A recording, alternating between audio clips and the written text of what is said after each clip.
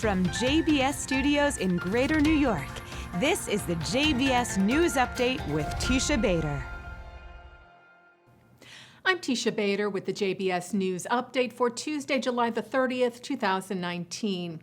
A pipe bomb was found hidden inside Joseph's tomb in the West Ridge, commonly known as the West Bank, last night, moments before a visit to the holy site of some 1,200 Jewish worshipers. IDF forces discovered the device during a security sweep of the tomb and safely detonated it in a controlled explosion.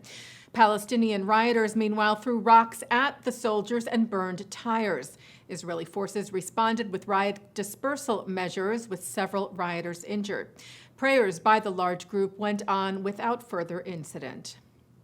As the deadline for political parties in Israel to finalize their slates closes in, former Israeli Prime Minister Ehud Barak sent out a final and urgent call to parties in the center and center-left to join his Democratic camp, which is the newly announced merged parties of Barak, with Meretz's Nitzan Horowitz and Stav Shafir of Labor.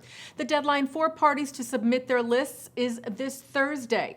And Barak released a video today where he calls on senior members of the Blue and White Party of Labor and ex-Foreign Minister Tzipi Livni by name to join his party, urging that a union between us is necessary and possible.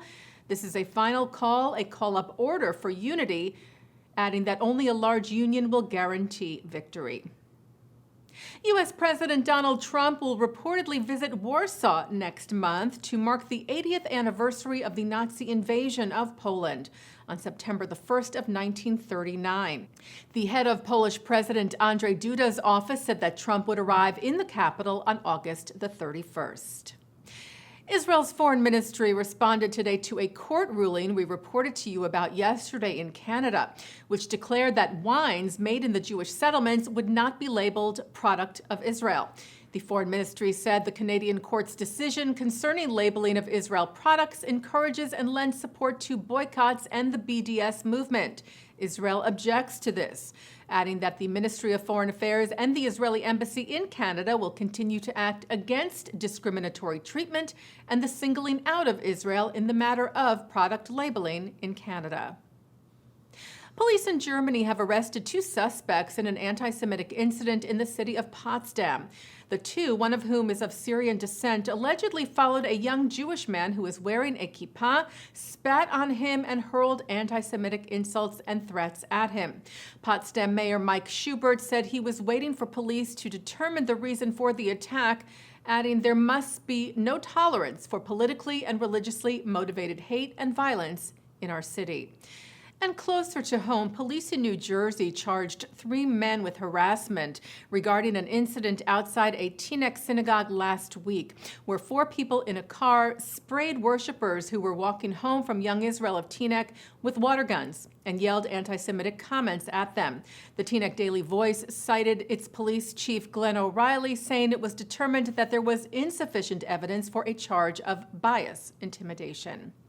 And police in Florida are investigating a suspicious package that was received at the Young Israel Synagogue in Bal Harbour yesterday morning, just a day after a shooting outside a different synagogue the day before in Florida that left a man injured.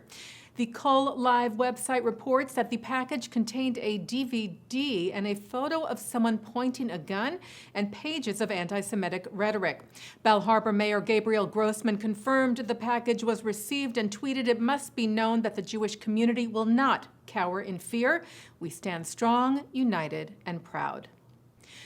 New research from Hebrew University of Jerusalem could speed up the diagnosis of Alzheimer's and therefore begin treatment for the disease faster, improving quality of life for patients. Dr. Aviv Mezer and his team developed a new magnetic resonance image, or MRI, that can find molecular changes in brain tissue, which could help doctors discover the onset of the neurodegenerative disease and begin treatment much quicker.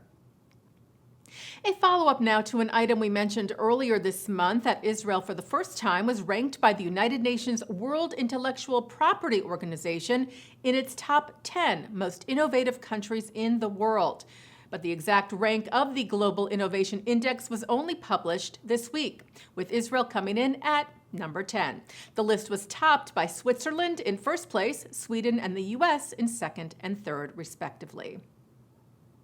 Well, singing superstar and actress Jennifer Lopez landed in Israel today, her first trip to the country. She was accompanied on the El Al flight by her fiancé, former Major League Baseball star Alex Rodriguez, and their respective children. The pop icon will perform in Tel Aviv on August the 1st, part of her It's My Party World Tour. And that's despite pressure from the BDS campaign to cancel, which Lopez chose to ignore. Conservationists in Israel are tracking a group of endangered sharks off the coast of the southern resort city of Eilat. 4 members of the largest shark species, whale sharks, have been seen in the waters of the Red Sea over the last 6 weeks. Their presence points to a healthy plankton population there. The sharks, who can reach up to 50 feet in length, are being observed in order to collect data to track each of them through the waters across Jordan, Egypt, Saudi Arabia, and even beyond. Taking a look now at our programming for tonight on JBS for Tuesday, July the 30th at 7 o'clock, journalist Peter Beinart moderates a discussion entitled Israel and Occupation. At 8, Israeli author and journalist Ben-Dror Yemini refutes falsehoods regarding the Israeli-Palestinian conflict in a program of ISGAP. At 9, Mark Golub sits down with Itamar Marcus, who leads Palestinian Media Watch. And at 10, a look at Jewish history in fiction. And coming up right after this newscast, we turn to the ILTV's Election Arena. And that's the JBS News Update for Tuesday, July the 30th, 2019. I'm Tisha Bader.